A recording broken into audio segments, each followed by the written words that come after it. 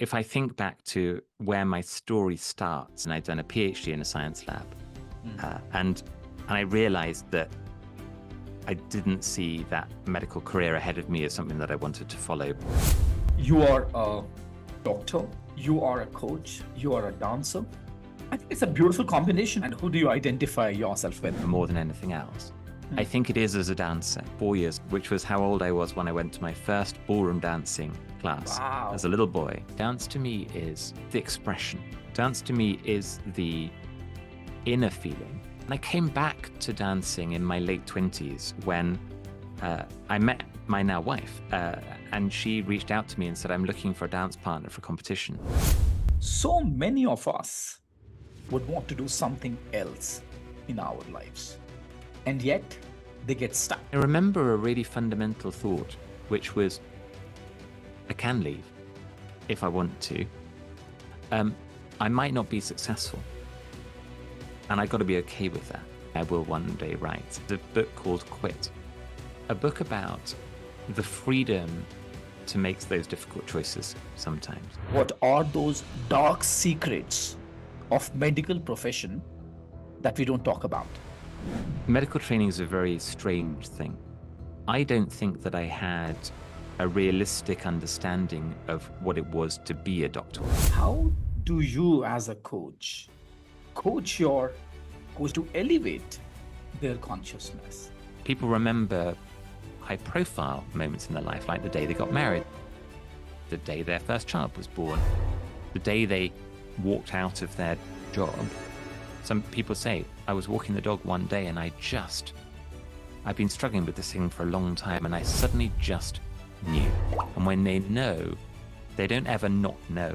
And this is this idea of the unlock moment. Actually, the unlock moment is a moment of clarity, and it's clear, and it's clear forever. It requires silence. It requires space to go back in your life in a reflective mode to identify what are those unlock moments for me. Yes. And I think this is often where people get stuck.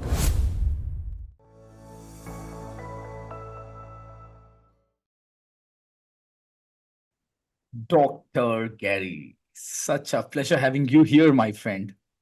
Oh, my pleasure as well. It's a great privilege to be with you on your podcast. Gary, I was quite fascinated based on the couple of conversations that we have had in the past. And every time when I speak to you, you reveal another part of yourself that I would not expect. You are a doctor, you are a coach, you are a dancer. I think it's a beautiful combination. I agree. And I think that it is my life's journey, and I'm still very much on it, to kind of figure out how it all comes together. And I feel like in the last few years, as I've really got into my professional coaching career, I've made connections that I never made before about the different facets of my life, the different facets of my identity. And I think it's a really interesting theme to explore. Yeah. And who do you identify yourself with? Do you call yourself a dancer? Do you call yourself a coach primarily, or a doctor? It's a very interesting question. And I think the answer to that question does vary according to the environment. But really, if you're asking me who I identify with, more than anything else, I think it is as a dancer, even though I'm no longer a dancer. I retired about 10 years ago. But if I think back to where my story starts, and I ask other people this question all the time, to understand the person you are today, where do we need to start in your story? And for me, the answer to that question really is at 4 years old, which was how old I was when I went to my first ballroom dancing class as a little boy. And I started going to group classes and taking my medals, take my bronze medal as a ballroom dancer. And then eventually I had a dance partner at the age of 9. And I did little dance competitions as I was growing up as a teenager. And then at university, when I started at medical school.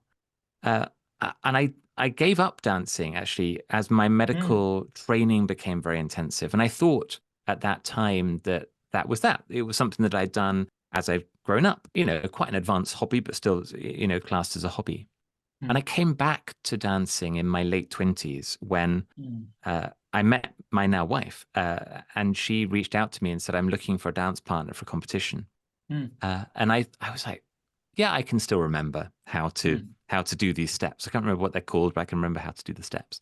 And we formed a dancing partnership that we thought was going to last for, I don't know, a year or two. And we would do some competitions, have some lessons, have some fun with it. And it turned into another 10-year career. And we competed as amateurs and then eventually as a professional ballroom couple. We ended up traveling around the world and getting to train with some of the very best dancers in the world. And that opened up a completely new angle for me of understanding my identity as a dancer, because then it was about high performance. It was about creativity at the cutting edge of dance. And actually now that infuses what I do in so many different ways. So I'm still very much involved in the dance world. I'm a board member of one of the major dance institutions here in the UK. And yeah, it's an aspect of me that is really at my heart. On a lighter note, what pulled you, your now wife, or the dance that pulled you back in the space of dancing?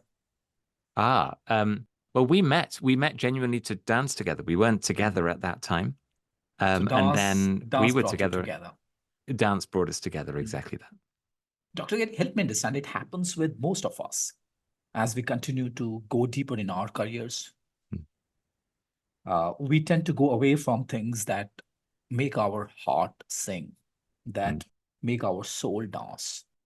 What about dance that fascinated you as a 4-year-old, and then you made a comeback, and then you continued, and you continue to still remain aligned with your practice, passion, expression?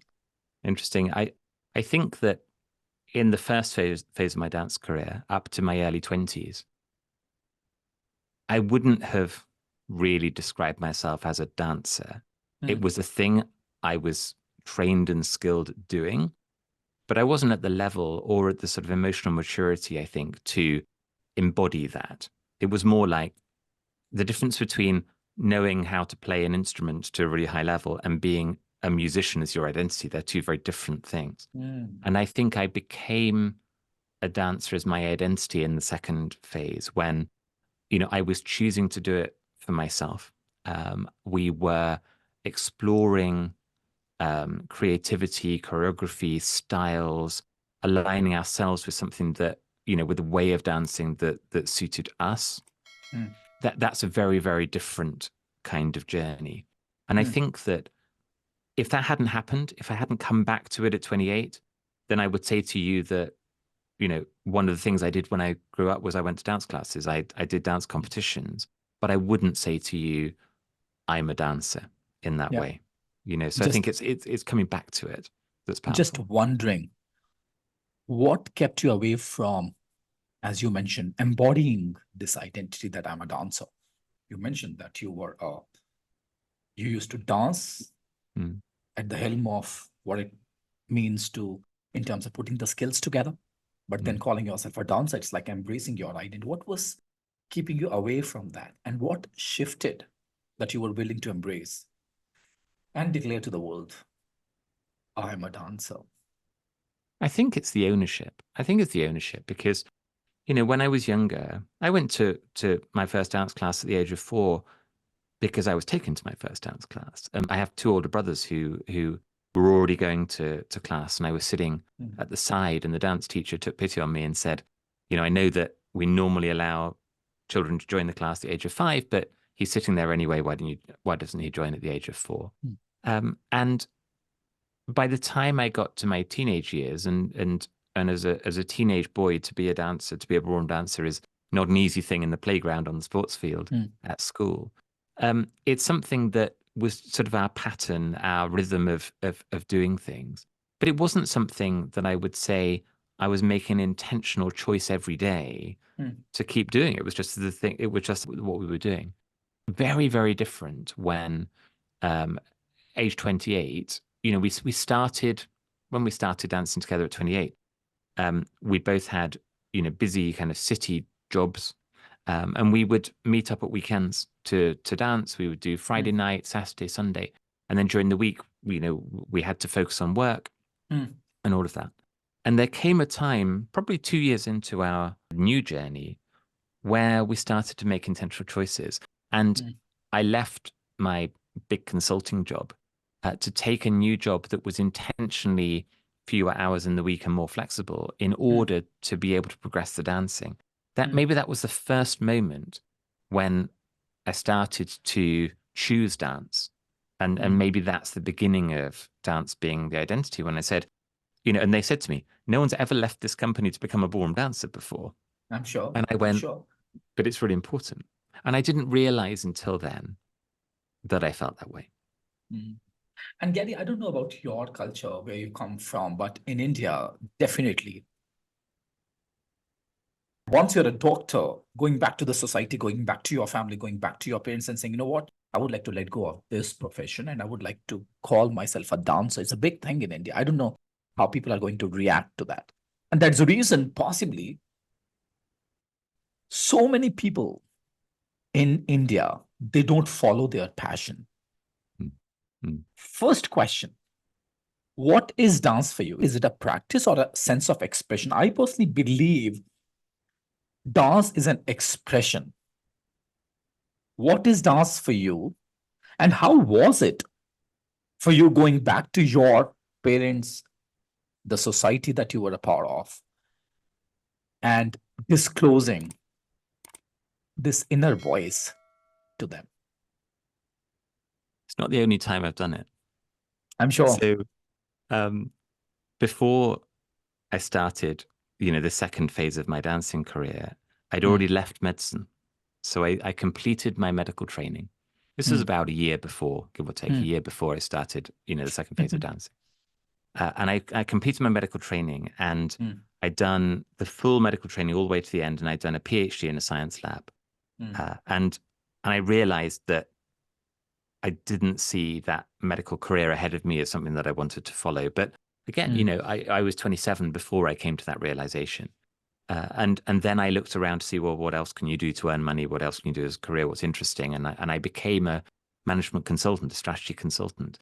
So I had already had the conversation with my parents of going from the most respected profession to one of the least respected professions. Consultant now. Okay. Then, I've got a place in one of the top firms in London. And then we had a conversation about, well, I'm going to leave there because we're going to pursue the dance career, not because we're trying to make it, a success, like a financial success, but because we love doing it and because we want to do more of it and we want to see where it can go. And, so what's dance to me? Dance to me is the expression. Dance to me is the inner feeling more than the outer feeling. Now, we were competitive ballroom dancers, so there are many ballroom dancers who are there for the winning, there for the competition. But what I love in dance and how this then manifests across all dance styles is the true artistry in dance. So the dance that I'm involved in now is contemporary dance, which is more allied to ballet than it is to something like ballroom dancing. And what I observed in the ballroom world, and you see in all dance styles, is that there are many people who are highly skilled at any dance style. And then there are a small number of people who are true artists. Now, I don't consider that I was ever at the level where I would say I was one of those people who was a true artist. I aspired to be that. I loved to explore that world. I love the history of dance, the evolution of dance, and I love observing those great dancers who are they're not interested in how you feel. They're not trying to please you as an observer of their dance. They are doing the thing that they mean to do, and they aim for that thing to move you, but they're not going, let me do the dance that I think will get the most applause. Let me do the dance that earns me the most money. Let me do the dance that wins the competition. They say, let me do the dance that is most meaningful for me. And what was so exciting about the journey we were able to go on, through my 30s really as a dancer, was we were able, after a long time, to travel internationally and meet many of these people who really understood the artistry of dance. And that plays to something about uniqueness. It plays to something about distinctiveness. It plays to something about authenticity, plays to something to do with purpose. And some of those themes in the other work that I do today are now that much more resonant because as a dancer, I get it. And that's what I'm looking for in people.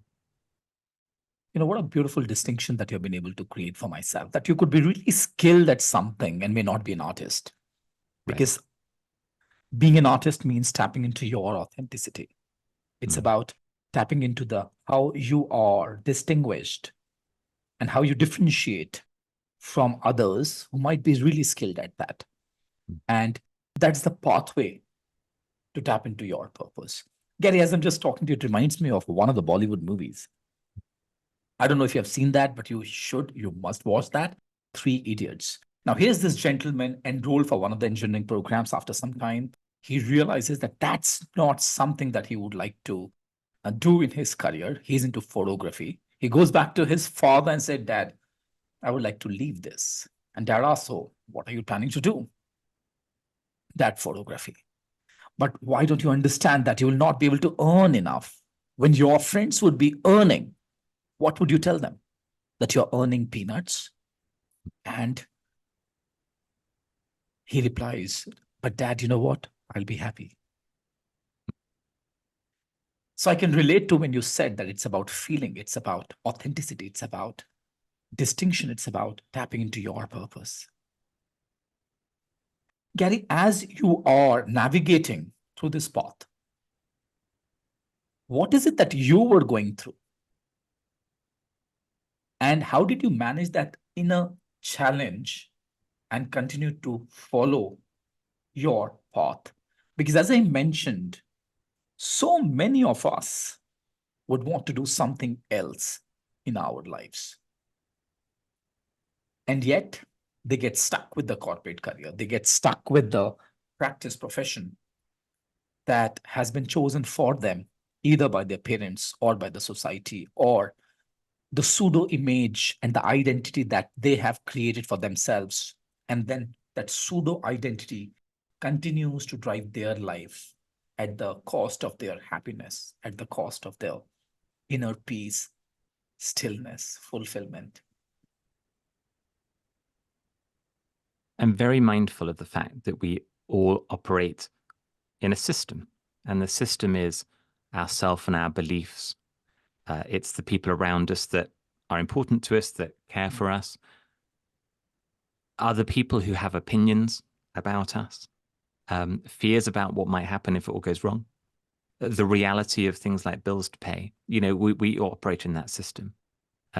We were not in a position to be able to pursue a dance career at the throwing away all else. And so we needed to keep working because our income was funding our dancing. We didn't have sponsorship. We weren't winning any money and prize money. And so you have to make compromises. The book that I've always wanted to write, maybe I will one day write, is a book called Quit, which is a book about the freedom to make those difficult choices sometimes. And I remember when I think about the day that I knew that for me, the right path was not to pursue a career practicing as a doctor. And that is similar to so many people who are on one path and they're not happy, but that's a very, very difficult decision to make. I had gone to university, gone to medical school at the age of 18. At 27, I was almost all the way through. I was probably a year from completing my medical training. And the thought that came into my head in that moment, which was not when I was trying to figure it out. I was walking down the corridor one day, but I'd been struggling with this question for a long time. I knew I wasn't happy for a long time. This thought came into my head: you don't have to do this if you don't want to. And that was a powerful thought around empowerment. It wasn't a thought that said, you're going to leave. It wasn't a thought that said, you're going to leave and you know what you're going to do. I had no idea what you did if you weren't a doctor, if you had medical training. And of course, that's a pretty difficult jump because if you trained in medicine, you haven't got finance, business, leadership, management, kind of training or other things that could be really helpful in other kind of careers.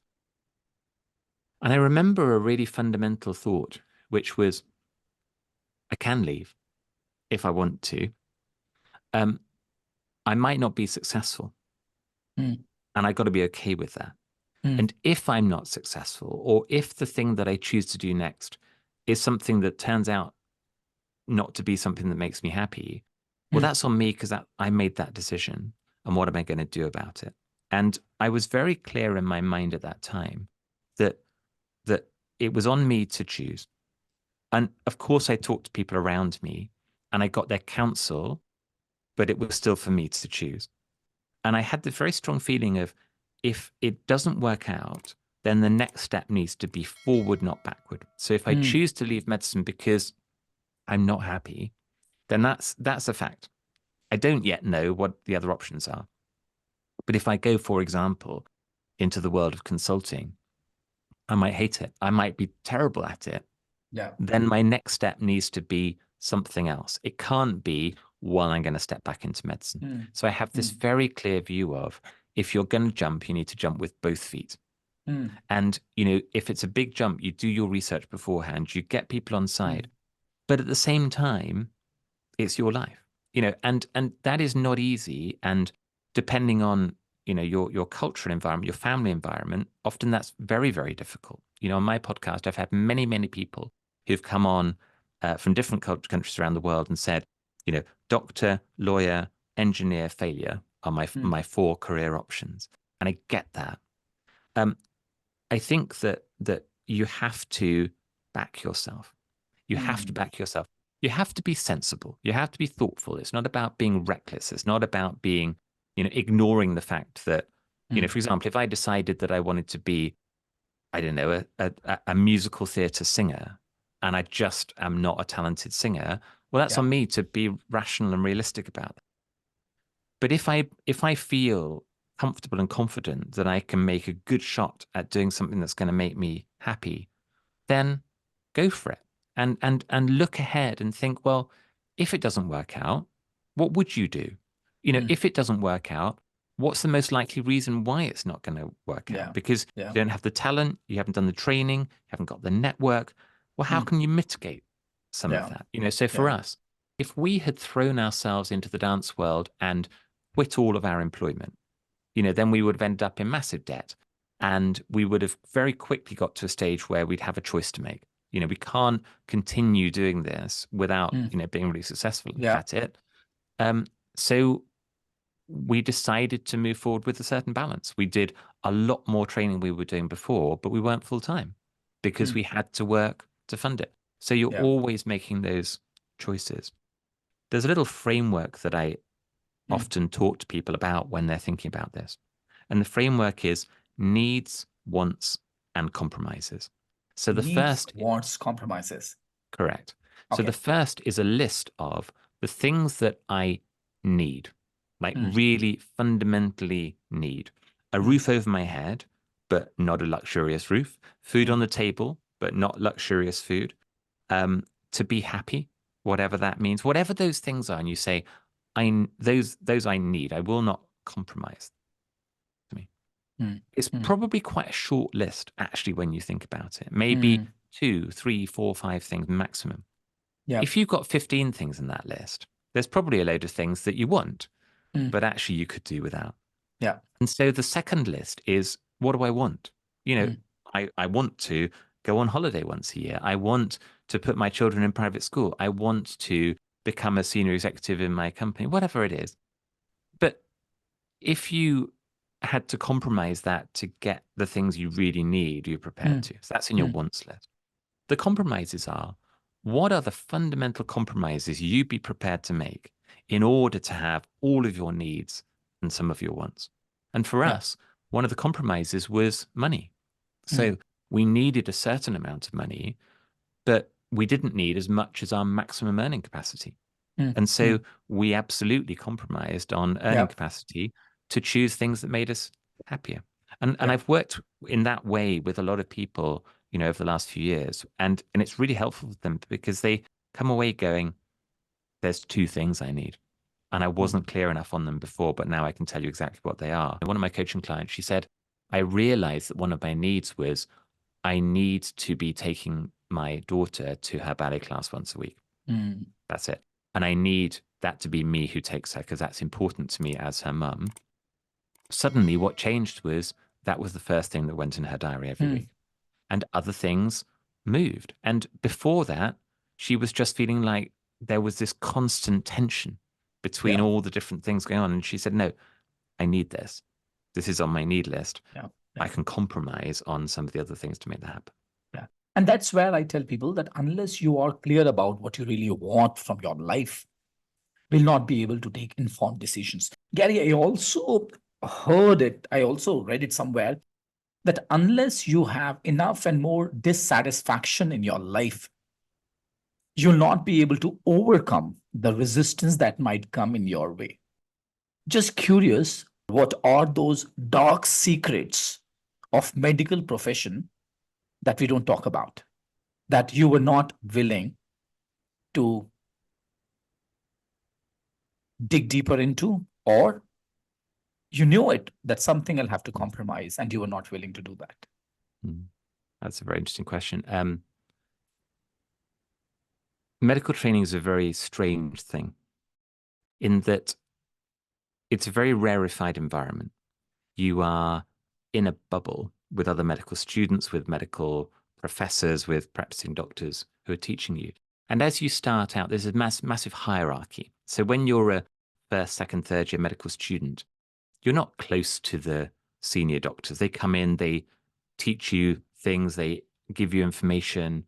It's a massive volume of information you have to acquire. So the number of new words that you learn over the course of a medical degree is 15,000. So you're learning 10 new words every day for a 5-year period in a classic sort of medical degree. And so for me, and I, nobody in my family were doctors. I don't think that I had a realistic understanding of what it was to be a doctor, what the career of doctor, what the life of a doctor really is. And it's changed hugely over the years in the UK, and I'm sure lots of other countries around the world. I remember I did a PhD in a lab with a lot of doctors coming back maybe 5-7 years post-qualification to do their research. And for the first time then, I was actually talking to people who I considered to be friends about what their life was like. And I remember I was trained in Cambridge in the UK, and one of the consultant posts in Cambridge came up. So one of the consultants had retired or moved on. And 3 senior doctors who I was friends with in the lab went for that position. And they were all, 5, 7, 10 years qualified. All of them capable of becoming a consultant respiratory, doctor in Addenbrooke's Hospital in Cambridge. And one of them got the post, the one that was best suited. The other 2 went, well, to progress my career, I either need to wait here until the next consultant retires, which could be another 5 to 7 years. So I'm limited. I can't move forward for another few years. Or I need to move myself and my family, my children in schools, to another part of the country, to where one of those, positions has come available. Or I need to retrain in a different specialty, which means stepping back 5 years in order to get a consultant post here, but not in respiratory medicine. And I thought I'd had no appreciation of what it feels like when at the top of the pyramid there are so few people. And so I started to ask questions, and we were being trained in my final year by the transplant surgeons that do liver transplants, heart transplants. And I said to one of them, one day we were waiting between, operation in the operating theaters. And I said, how many consultant transplant surgeons are there in the country? Because I assume it's probably not very many. And I can't remember the exact number, but it was something like 15 or 20 in the country. It's a very, very specialized thing. And I said, and how many people are there who are now experienced enough that if a position came up, they could go for it? They said about 200, about 200. Wow. And so you're sitting there going, for almost all of those doctors, then they've hit a ceiling that is not of their doing. It's nothing to do with their capability, nothing to do with their experience. And that was the beginning of me thinking, this is a career where I can do everything I can. I can achieve my goals. I can be really good at what I do. And yet, simply because of the structure of the career, I could be limited. And I see the impact on these other people. They weren't happy. They felt really compromised in the balance of life and career. Yeah. Should I have known that earlier? I don't know. I don't know. But it was the first time I faced into that. So I never left medicine because I didn't like medicine or I didn't like people, patients, helping people, all of that. It was, I felt that I wanted to be in control. And I remember a very strong feeling in my head at that time, which was, if I'm loving what I'm doing, I want the control to keep doing it. And if I'm not loving what I'm doing, then I want the control to be able to stop doing it. As simple as that. And I looked at the structure of the medical profession. And I thought I wouldn't be in that position because these doctors are not in a position to be able to really choose because they're now stuck in this pyramid. There are many, many situations in the workplace, in leadership that are like that.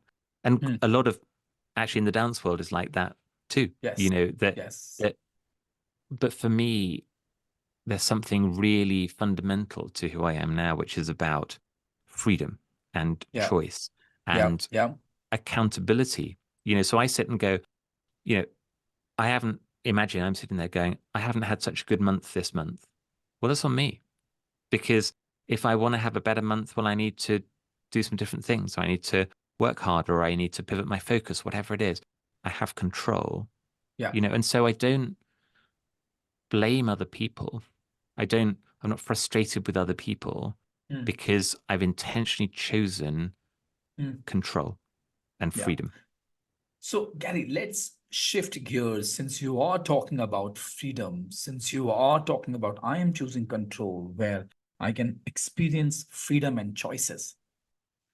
What is the genesis of the book that you wrote, Idea Mindset? So the fundamental principle is this one about, this is your life, you choose. My career after medicine was 20 years in strategy, originally in consulting and then in retail. So I worked as a group strategy director in 2 global retailers. And in that work, I was helping organizations to think about, who are we? What's important to us? What are our strengths? How do we deploy that in a plan ahead? What might trip us up? What help do we need to grow our business, to turn around our business, to make ourselves more successful? And when I left that world in 2018, 2019, I went, there's so much here that you could apply to people who are in that same place of saying, who am I? What's important to me? What are my talents and strengths? What is my plan going forward? So I crafted this book. It's called The Idea Mindset. And IDEA is an acronym. IDEA stands for identity, direction, engagement, authenticity. Wow. So it's really about, what is your identity? Who are you? How do people perceive you? What are your talents and strengths? What are your values? Direction, something about, in the long term, what are the things important to you? Not necessarily a crystallized end goal, but you want to be an entrepreneur, or you want to be in a senior leadership position, or you want to be happy, or you want to be rich, whatever that is. But also direction is in the short term. You've got choices to make in the next few weeks, the next few months. Do you turn left? Do you turn right? How do you choose? That's your direction. Engagement, for a future where you love what you do, you love your life. You get up in the morning, you go, this is great. I'm doing the things today that I want to be doing. You get to the end of the day and you think back, I've had a good day. I've met with the right kind of people for me. An authenticity, that what you do is connected with your values and sense of purpose. Starting with, well, what are your values? What is your sense of purpose? So that's the idea mindset. The actual journey is really, it's a workbook. It's a series of questions. It's a series of exercises you write in the book as you're going through. And it's a fundamental principle for me that I don't believe that anybody else can tell you the right answer for you. Other people can give you very helpful insights, opinions, thoughts, ideas, but ultimately it's on you to decide. Yeah. And so I thought, I want to write a book that has no recipe for success in it, but it does have some really good questions. So I've worked with people in coaching, but also now lots of people that have got the book and they're working through without a coach to support them. It's designed to be your own kind of life and career development without having to pay for an expensive coach like you and me. What's been fascinating to me is that I've worked with very senior executives going through it. I've worked with very junior employees, like the most junior employees in an organization. I've worked with entrepreneurs. I've worked with actors and dancers going through the same journey, asking the same questions, and they answered them in very, very different ways. And there is no right or wrong. And so the idea of the book is about helping you to shape your thinking around what is that freedom for me? What is that balance? What is that control? What is that accountability? The other part is I fundamentally believe, and I know you and I share this view very strongly, in broadening access to coaching. Coaching is a really powerful thing to do. It's quite an expensive thing to do. And there aren't that many coaches in the world compared with the number of people who could benefit from coaching. And I really wanted to kind of do myself out of a job a bit and say, look, if somebody is in a place where they would like to go on a journey, they know something needs to change, but they don't quite know what. And they need some structure, some shaping of how to start to figure that out. For the price of a book. That's the idea of what the idea of mindset is all about. Gary, I remember last time you said that the kind of coaching that you do, it's not typical classic coaching. You work with people, you work with individuals who are trying to do something extraordinary. What do you mean by extraordinary? For me, every time when somebody is doing something, according to them, they are trying to do something extraordinary. It could be making tea for a customer, or what Amazon is doing, Google is doing, what they're doing is extraordinary. How do you define extraordinary? It's a really good question. Extraordinary is not about size or scale or impact or outcome. Extraordinary is it's new, it's challenging, it's different. Maybe other people don't believe you're able to do it. Maybe you didn't believe, or you don't quite believe you're able to do it. For some people that I work with, for sure, it's about big things. So I've just started working with a ballroom dancing couple, actually, and they are under 19 world champions as ballroom dancers. And, they're now looking forward and saying, how do we build that so we become, as we go through the age groups and become in the open category, continue to be really at that top level. And then I work with somebody else who has been unemployed for a long time and there's a lot of challenges in her past that mean that it's not going to be easy to get into regular employment. That's an extraordinary goal. But the distinction for me between those with extraordinary goals and those without are the people who are ready to say, now, I know this is difficult and I want to try and make it happen now. There are people who, there are things ahead of them that will be extraordinary if they achieve them, but it's not now that's the right time. So I'm a very strong believer in, coaching is about the thing that you're trying to do. A coachable thing is coaching the right intervention or the only intervention. The second is now the time, or is the right time in 3 months' time, in a year's time, in 3 years' time? And the third, obviously, is it with me, or is it with you, or is it, with a book or some other kind of intervention? For me, I think the most common reason coaching doesn't work is because it's not now, and the person is not yet in the place to face into it. I'm a firm believer, Gary, that you cannot produce extraordinary results unless you're willing to evolve your identity and raise your consciousness. I agree. I'm just wondering, how do you as a coach coach the individuals that you're working with to elevate their consciousness? And that's something that I've learned actually strongly through my experience in podcasting, actually. So I've always been interested in moments, and we've talked about some of the moments in my life that are not necessarily high profile, high impact moments, but moments I remember walking down that corridor and thinking, you don't have to be a doctor if you don't want to. I remember, very sort of faint memories of being a very young boy in a ballroom dancing class, key moments along the way. And I think that there is great mileage in exploring key moments in your life.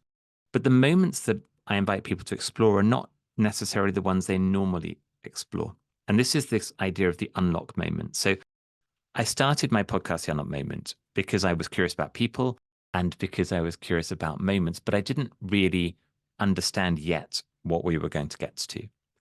And over the course of a couple of years now, and interviewing lots of different people in lots of different walks of life, different types of role, different types of experience, some of them talking about work, some of them talking about life, health challenges, all sorts of different things. I refined down 3 questions. And this isn't for everybody that I work with in coaching, but the people that are really looking for this kind of fundamental pivot point, often mid-career, midlife people where they go, I'm not unhappy, but I don't feel like I've landed yet in that place that I want to be. I don't feel alive. Right. Question 1 is, in order to understand the person you are today, where would we need to start in your story?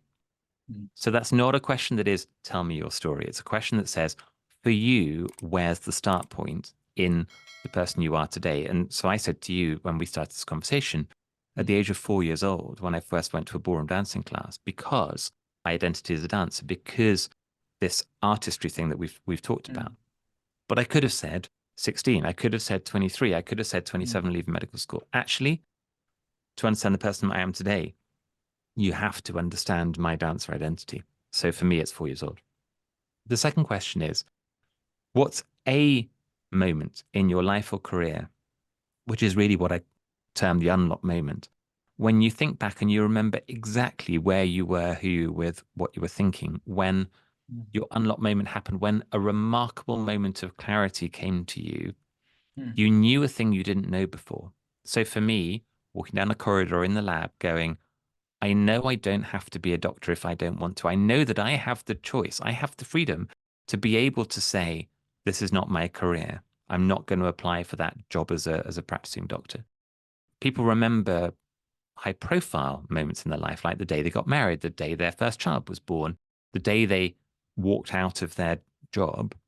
But actually, the unlock moment is a moment of clarity that is often, some people say, I was walking the dog one day and I've been struggling with this thing for a long time and I suddenly just knew. And when they know, they don't ever not know. Again, it's clear and it's clear forever. The third question is, what connects those 2 moments to what you do today or what you should be doing today? And for me, there are a few words that connect that I've only figured this out in the last couple of years. One is freedom. So the freedom of the dancer, the freedom of the person choosing to compromise on, reputation of role, money, earnings, all those kinds of things for a passion. I did the same thing when in 2020, I left my role in retail as a senior retail leader to retrain and start building an entrepreneurial business as an executive coach. I took a 90% pay cut to do it. I believed that I was going to be capable of building something. I had no idea whether I'd ever be able to earn that money again. And still today, nowhere near. But I'm so happy in what I'm doing because it plays to exactly who I am. When I have that conversation with people and we ask those 3 questions, very, very often, and I hear this on the podcast, I hear it in coaching, people see their own story in a new light. And in January this year, I was talking to somebody, not even in a coaching session, we were just having a chat, and we were talking about the unlocked moment. And there were two people at the table, and I was talking to both of them, but mainly to one. And the other was sitting quietly. And after about 10 minutes, suddenly went, I know what my unlocked moment was. I know what my unlocked moment was. Yeah. And it requires silence. It requires space to go back in your life. Yes. In a reflective mode to identify what are those unlock moments for me. Yes. And you don't necessarily even find it in that conversation. For some people, they know it's really clear already. Other people, they say, I don't know the answer to that yet. I interviewed the brilliant ex-Gallup strengths coach, Micah Librant, on the podcast. And she's done a couple of episodes. The last one we did, we had quite an extensive conversation about her life, her journey, about purpose, about meaning, about freedom. And we finished the conversation kind of when we were scheduled to, but there was that sense for both of us that we weren't quite done. There's something that was not quite complete. And the next morning, I got an email and she said, we have to record again because I've just unlocked my unlock moment. And she said, this morning I was getting ready and then I found clarity. And the thing we've been talking about was an idea of scripted versus unscripted. So she'd had an extensive career in the Gallup organization where she'd been very high profile, front facing, public face of Gallup's strengths work, almost all scripted. And she said, if you heard me presenting, performing, delivering the podcast, then, it sounds conversational, but actually that's because I'm really good at writing a script that sounds conversational. And she says, now as an independent coach and practitioner, I can be unscripted. And actually, as I talk to you about that, that's really important to me.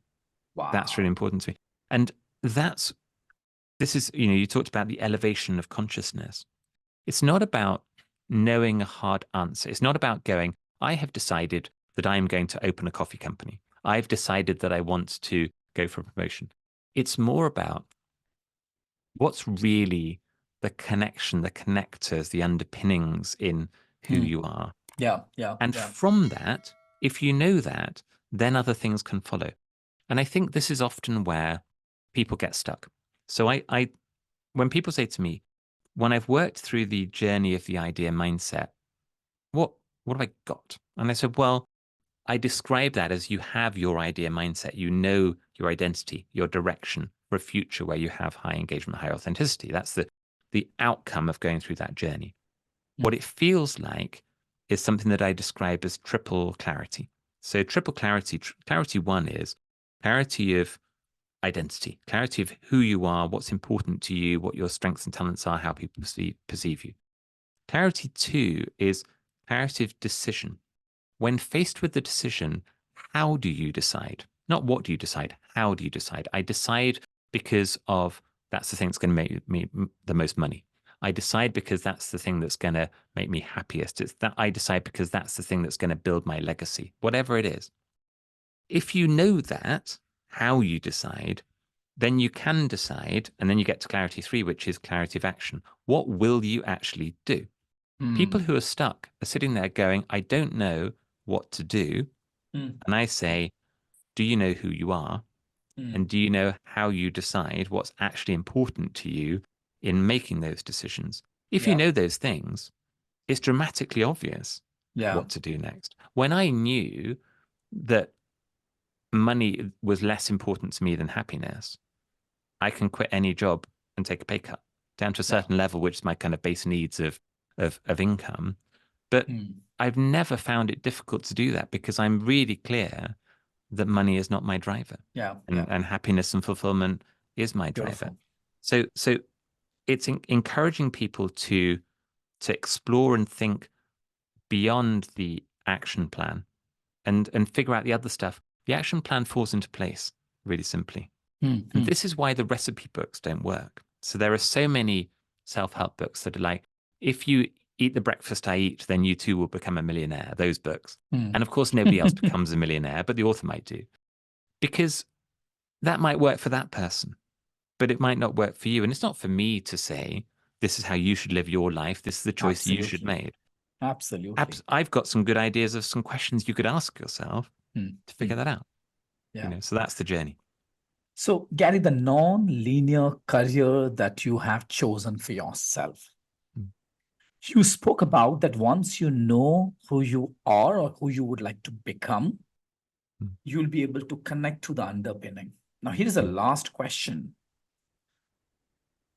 What do you know as a dancer that you are that helps you become a better coach? Dancing is transient. Dancing only exists in the moment. A little bit now, you can record it, you can film it.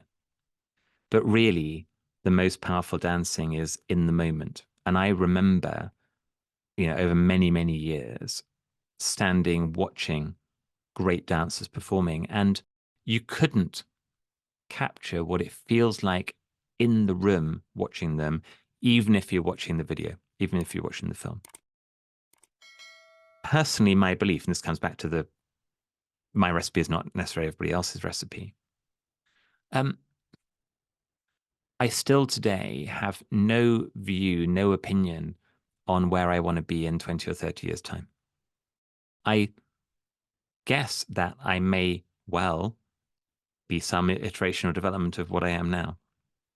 But I don't know, and I don't mind, because to the point you made earlier, I feel very strongly, for me, that it's about the now, it's about the today, and about happiness today. I'm a great advocate of Dr. Marshall Goldsmith's book, The Earned Life, which he published a year or two ago, which is on exactly this point. The only time you can ever be happy is now. The only people you can ever be happy with are the people you're with now. The only place you can be happy is here. And what he calls the great Western disease is, I'll be happy when I get that promotion. I'll be happy when somebody pays me more money. I'll be happy when somebody else does something for me that I'm hoping they're going to do.